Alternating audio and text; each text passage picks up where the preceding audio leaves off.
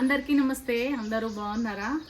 నిమ్మకాయలు పట్టుకుని ఏందనుకుంటారా? నిమ్మకాయ పచ్చడి పెడతా అనుకుంటారా? నిమ్మకాయ పచ్చడి ఏం పెట్టను, నిమ్మకాయ కారం చేస్తా. నా స్టైల్లో నిమ్మకాయ కారం ఎట్లా చేస్తా అనేది చూపిద్దామని వచ్చేసిన అబ్బా. ఈరోజు అయితే సమ్మర్ స్టార్ట్ అయింది కదా, చాలా ఎండలు కొడుతున్నాయి, అందుకని నిమ్మకాయ కారం చూపిద్దామని వచ్చినబ్బా. ఇంకా చూడురే, మా సోని కూడా నా వెంటనే ఉంటుందంట. ఇంకెక్కడ పోయినా పక్కకే కూర్చుంటుంది. ఏం వండుతాను ఏం పెడతానని. నాన్ వెజ్ అయితే వండను, ఈరోజు నాన్ వెజ్ పెట్టామని కూర్చుంది. దానికోసం ఎగ్ ఫ్రై చేసి పెడతాం. మనమైతే నిమ్మకాయ కారం చేద్దామబ్బా. ఫస్ట్ అయితే నిమ్మకాయ కారానికి పోపు చేద్దాం. పోపు చల్లారేలోపు నిమ్మకాయ కారం ఎట్లా కలపాలో చూపించేస్తాను నేను. ఫస్ట్ అయితే పోపు చేద్దాం, ఓకేనా? సోని కడాయి అయితే పెట్టేసిన. ఫస్ట్ పోపు చేసుకుందామని చెప్పినా కదబ్బా. కడాయి పెట్టేసిన. 1 టీ స్పూన్ జీలకర్ర, 1 టీ స్పూన్ ఆవాలు తీసుకున్నా, ఒక 3-4 ఎండుమిరపకాయలు తీసుకున్నా. అట్లనే కరివేపాకు కూడా తీసుకోవాలి. ఇవేవి తడి లేకుండా చూసుకోవాలి. తడి ఉంటే మటుకు ఖరాబ్ అయిపోతుంది అబ్బా నిమ్మకాయ కారం అనేది. ఫస్ట్ అయితే నూనె పోసేద్దాము. ఇది పల్లి నూనెనే తీసుకోరి. జర్రంత నూనె అయితే మస్తు అయిపోతుంది. నూనె వేడి కాగానే కొంచెము నూనె అనేది పల్లి నూనె వేడి కావాలి. వేడి కాకముందే జీలకర్ర ఆవాలు వేస్తే ఖరాబ్ అవుతుంది అన్నమాట. పచ్చడి కూడా జరంతా వేడి కావాలన్నట్టు. నా ఛానల్లో క్యాలీఫ్లవర్ పచ్చడి కూడా ఉందబ్బా, చూడుర్రి, మస్తు టేస్టీగా కుదిరింది. పెట్టినాక 15 డేస్ తర్వాత కూడా ఇప్పుడు కూడా మస్తు టేస్ట్ ఉంది. నేను ఇందాక దోశలకు కూడా తిన్నా, చాలా బాగుందన్నమాట. మనం ఇది చూసేసాము. ఇప్పుడు ఫస్ట్ అయితే జీలకర్ర ఆవాలు వేసేసుకుందాము. ఫస్ట్ పోపు ఎందుకు రెడీ చేస్తున్నా అంటే, పోపు చల్లారాలి. ఆ చల్లారే లోపు మనం నిమ్మకాయలు వండుకోవచ్చు, అన్నీ వేసుకోవచ్చు అనమాట. అందుకని చెప్పి ఫస్ట్ పోపు చేసి చల్లారబెట్టేద్దాము. నిమ్మకాయ రసం మీద తీసి మనం కారం కలుపుదాము, ఓకేనా? ఇక్కడ ఎండుమిరపకాయలు కూడా వేసేసిన.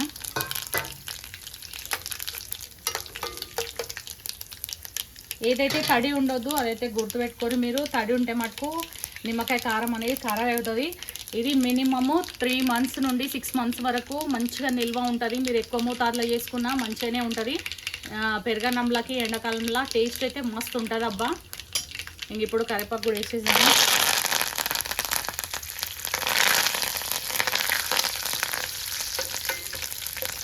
మనము పోపు పెట్టేటప్పుడు మంచిగా పెట్టేసాలే. ఇవి కొంచెము ఫ్రై అనేది కూడా మంచిగా కావాలి. మీకు అర్థమవుతుంది అనుకుంటా. తడి అనేది ఉండకూడదు, అదైతే గుర్తు పెట్టుకున్నాము. కొంచెం వేసుకున్నాము, మరీ ఎక్కువ అవసరం లేదు. 1 పావు టీ స్పూన్ ఇంగు అయితే మస్తు అయిపోతుంది. పోపు అయితే రెడీ అయిపోయింది. స్టవ్ బంద్ చేద్దాము. మళ్ళీ ఎక్కువసేపు పెడితే మాడిపోతుంది అన్నమాట. ఇది స్టవ్ ఆఫ్ చేసిన తర్వాత కొంచెం పసుపు వేసుకోవాలి, కొంచెం వేసుకోవాలి, మరీ ఎక్కువ అవసరం లేదు. 1 టీ స్పూన్ అంత వేసుకుంటే సరిపోతుంది. ఇది ఇప్పుడు చల్లారబెట్టేసాము. కట్ చేసుకొని నిమ్మరసం తీయాలని చెప్పిన కదా. ఇక్కడ పోపు అయితే చల్లగా అయిపోతుంది. ఈలోపు మనము నిమ్మరసం తీయాలి. నేను ఒక గిన్నెడు నిమ్మరసం తీసిన. ఇవి గింజలు ఉంటాయి కదా, గింజలు లేకుండా తీయాలి. గింజలు పడకుండా తీసుకోవాలన్నమాట. గింజలు పడ్డా ఏం కాదు, కానీ కొంచెం గింజలు లేకుండా చేసుకుంటేనే మంచిగా ఉంటుంది. ఇట్లా ఒక గిన్నెడు రసం తీసుకోవాలి. గిన్నెడు రసం తీసుకొని పచ్చిమిరపకాయలు ఇట్లా తడి లేకుండా ముక్కలు కట్ చేసి పెట్టుకోవాలి. ఎల్లిపాయ ముక్కలు కూడా కట్ చేయాలి. మీరు కావాలంటే ఎల్లిపాయలు పోపులో కూడా వేసుకోవచ్చు. నేను వేయట్లేను, నేను పచ్చివే వేస్తాను ఎప్పుడు వేసినా కానీ.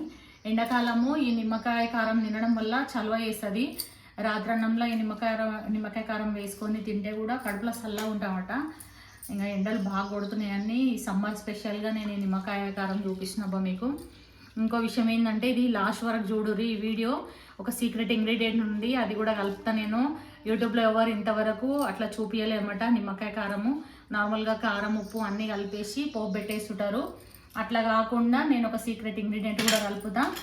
మీరు అది కూడా చూడురబ్బా. ఈ వీడియోకి అయితే ఒక లైక్ కొట్టురి. సబ్స్క్రైబ్ చేయని వాళ్ళైతే సబ్స్క్రైబ్ చేసుకొని మరిన్ని వీడియోస్ తోటి మంచి కంటెంట్ తోటి మీ ముందుకు వస్తూనే ఉంటాను నేను. ఇప్పుడు మనము నిమ్మకాయ రసం అయితే ఇట్లా తీసి పెట్టుకోవాలి. కొలతలు ఏం లేదు, ఒక గిన్నెడు నిమ్మకాయ రసం తీసి పెట్టిన నేను. అట్లనే ఇది 3 mangoes కారం అనమాట. ఈ కారంలో ఉప్పు, ఇది పింక్ సాల్ట్ 3 టేబుల్ స్పూన్స్ కారం తీసుకున్నా, 3 టేబుల్ స్పూన్స్ ఉప్పు తీసుకున్నా. సరికి తీసుకున్నా, ఎందుకంటే పులుపు ఉంటుంది కదా నిమ్మరసం అనేది, అందుకని చెప్పేసి సరి తీసుకున్నా అనమాట.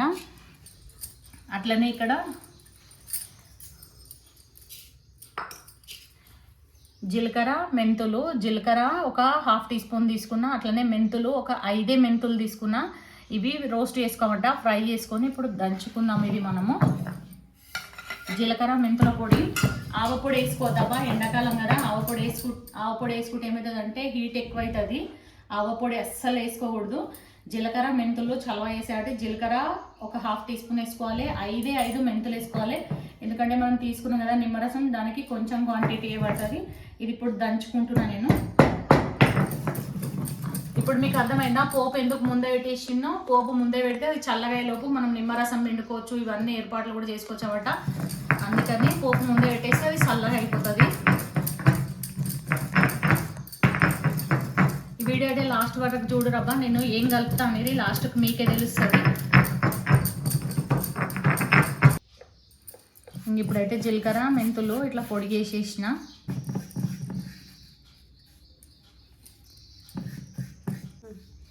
కారము, ఉప్పు, జీలకర్ర మెంతుల పొడి ఉంది కదా, ఇది ఇప్పుడు నిమ్మరసంలా వేసేసుకుందాము.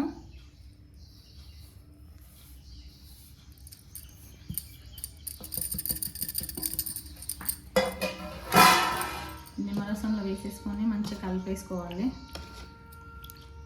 ఉప్పు సమానంగానే తీసుకోవాలి, ఉప్పు తక్కువ ఏం తీసుకోవద్దు. ఎందుకంటే నిమ్మరసం కదా, కంపల్సరీగా సమానంగానే తీసుకోవాలి. ఎక్కడా వాటర్ తగలకుండా చూసుకోవాలి.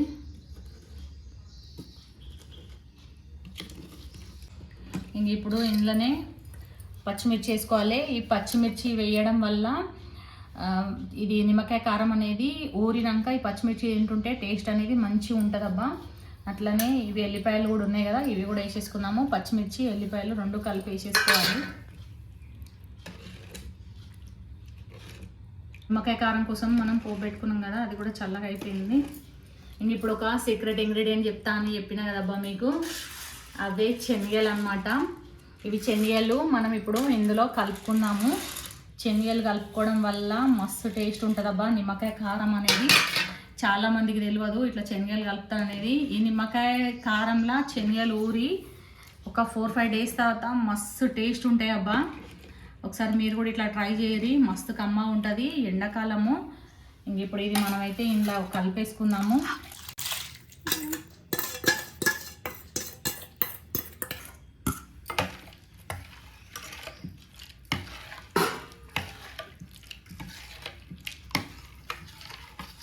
ఇంతే అబ్బా, నిమ్మకాయ కారం అయితే రెడీ అయిపోయింది.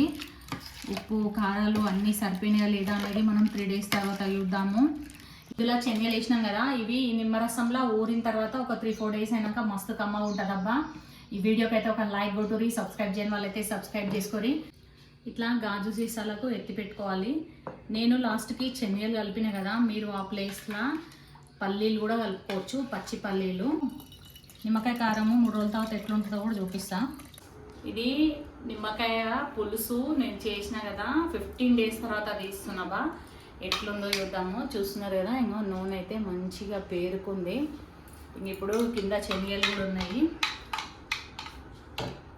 స్మెల్ అయితే మస్తు కమ్మగా వస్తుంది పుల్లగా. 15 డేస్ అవుతుందన్నమాట. ఇంకో శనగలు చూడురి, శనగలు కూడా పుల్లగా నానిపోయినాయి.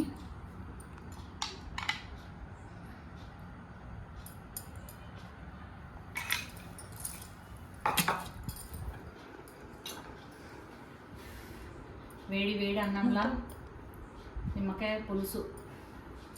ఇవి శనగలు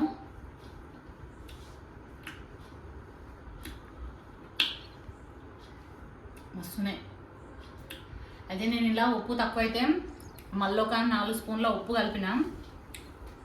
ఇవి ఊరి నుండి తెచ్చిన నిమ్మకాయలు కదా, రసం కూడా ఎక్కువ వెళ్ళింది. టేస్ట్ అయితే బాగుండొచ్చు. చూస్తున్నా ఇప్పుడు మస్తుంది, పుల్లగా ఉంది. ఉప్పు గిన్నె అన్నీ సరిపోయినాయి. ఈ శనగలు మధ్య మధ్యలో తింటుంటే టేస్ట్ కూడా బాగుంది. మీరు కూడా ఒకసారి ఇట్లా ట్రై చేయండి. వీడియోకి అయితే ఒక లైక్ కొట్టి సబ్స్క్రైబ్ చేసుకోరబ్బా. Thanks for watching, bye. నిమ్మకాయ పులుసుతో అయితే నేను అన్నం తినేసిన.